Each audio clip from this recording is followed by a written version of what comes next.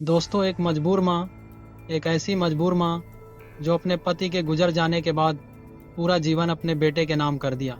दूसरों के घरों में काम किया, सब कुछ करने के बाद पाल पोस के बेटे को बना के, ताकि जब यह बेटा बड़ा होगा मेरा कुछ सहारा बनेगा।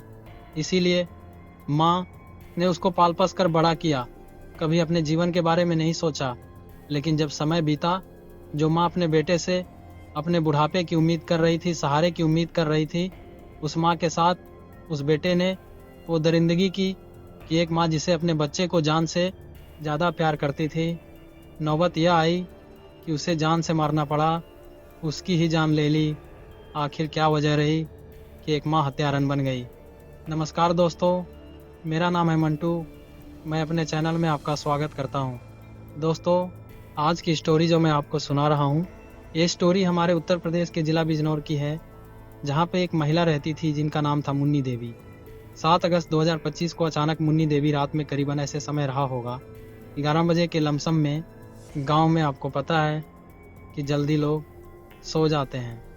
11 बजे के लमसम में मुन्नी देवी ज़ोर ज़ोर से चीखने लगी, चिल्लाने लगी, चोर चोर चोर।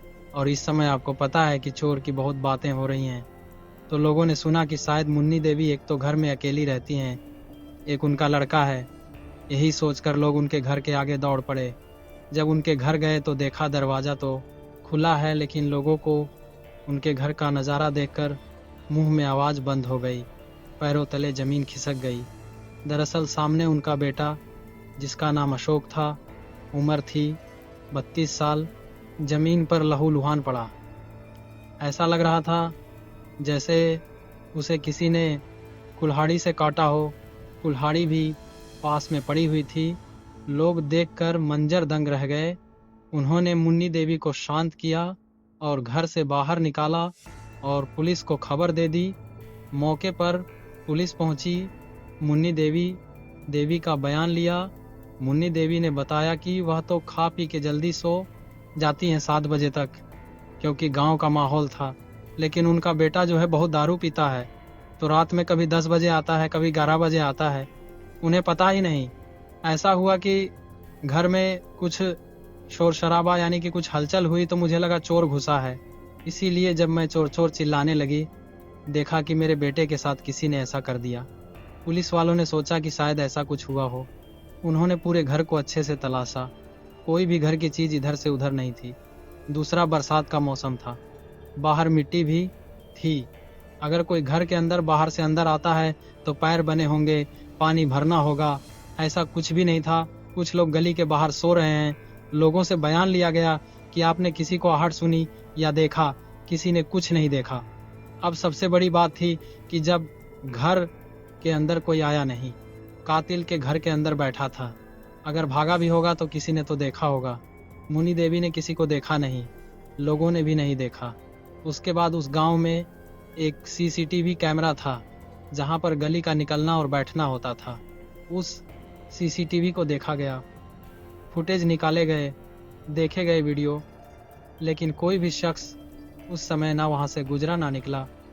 हाँ, लेकिन जो व्यक्ति था, यानी कि जिसकी मौत हो चुकी थी, वो यानी जो उनका बेटा था, वो निकला था।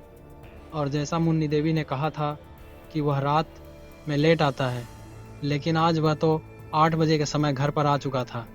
अब पुलिस वालों को समझ में नहीं आया कि आखिर मुन्नी देवी अपने बेटे के झूठ क्यों बोल रही।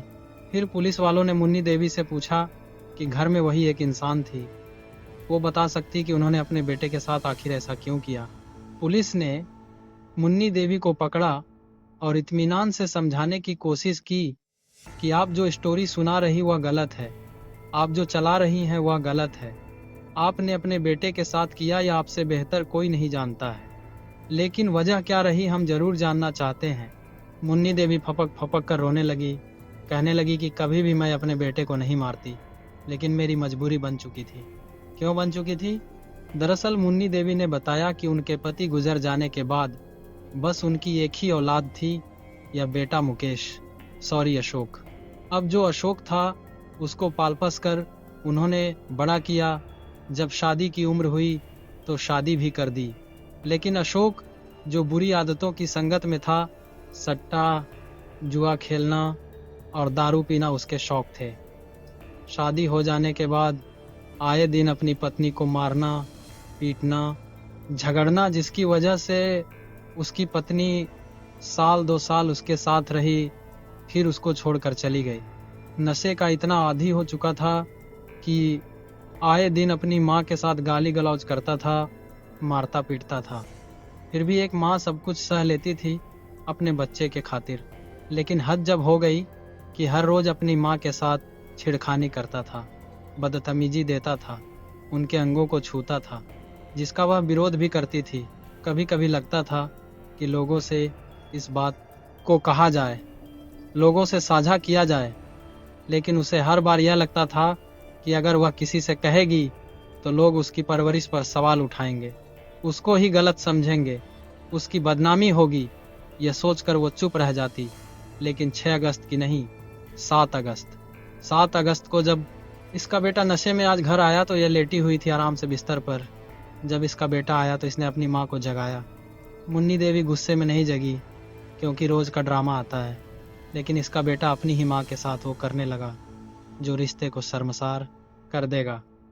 माँ ने अपने आप को बचाने की बहुत कोशिश की, बुजुर्ग थी। अब जिसका बेटा 32 साल का, तो उस माँ की भी उम्र तो कुछ तो रही होगी। अपने आप को अपने बेटे की चुंगल से छुड़ाने की कोशिश की, लेकिन बेटे ने अपनी हफ्स के आगे अपनी माँ को ही शिकार बना लिया। मुन्नी देवी अंदर से टूट गई। उन्हें लगा कि मेरा तो सब कुछ लूट गया, अब मैं कहीं की नहीं रह गई। एक बेटा जिसे मैंने 9 महीने पेट में रखा, छाती से लगा कर पाला, आज उस बेटे ने मेरा वो सब कुछ छीन लिया जो एक औरत के लिए उससे इज्जत से बढ़कर कुछ नहीं। जिसके बाद मुन्नी देवी को लगा कि अब मेरा जीना इस दुनिया में सही नहीं है। यह सोचकर वह थोड़ी देर शांत रहे। उनका बेटा नशे में था, पास की चारपाई पर सो गया, लेकिन मुन्नी देवी का गुस्सा शांत होने का नाम नहीं ले। उन्होंने पास में पड़ी एक कुल्हाड़ी उठाई। उस कुल्हाड़ी अपने बेटे के इतना मारा जब तक उसकी जान न चली गई। नशे में था, आवाज़ भी नहीं निकली।